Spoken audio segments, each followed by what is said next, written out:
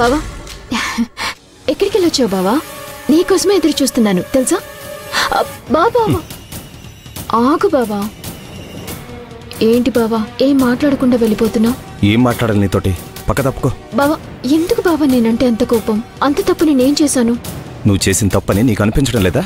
నిన్ను నమ్మి హోటల్ నీ చేతుల్లో పెడితే మొత్తం నాశనం చేశావు. ఇప్పటిదాకా చేసిన చాలు. ఇంకెప్పుడు నేను ఎక్కడికి వెళ్ళాను, ఏం చేస్తున్నాను ఇంకేమీ అడక్కు. బావా ఒక్కసారి నా మాట విను బావా. నేను మన హోటల్ని నాశనం చేయాలనుకుంటానా? ఏదో అలా జరిగిపోయిందంతే. అలేఖ్య, నువ్వు చేసింది చిన్న తప్పు కాదు. నిన్ను నమ్మి ఆ హోటల్ నీకు అప్పచెప్పడం నాది తప్పు. ఇంకెప్పుడు బయట విషయాల్లో తలదొచ్చుకో. పక్కకెళ్ళు. బాబా బావా నీకు కోపం ఉంటే నన్ను కొట్టు తిట్టు, అంతేకాని నువ్వు ఇలా కఠినంగా మాట్లాడితే నేను తట్టుకోలేను బావా. ప్లీజ్ బావా.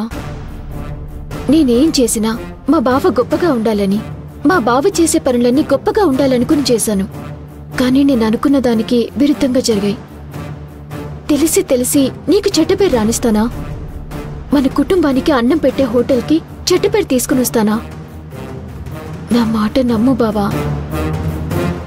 సరే నమ్మాను, తప్పుకో. లేదు నువ్వు నమ్మలేదు, నాకు అర్థం అవుతుంది. సరే బావా నేను చేసింది తప్పేగా. నీ కోపం తగ్గే వరకు నన్ను కొట్టు. కొట్టు బావా కొట్టు. బావా ఏంటిది?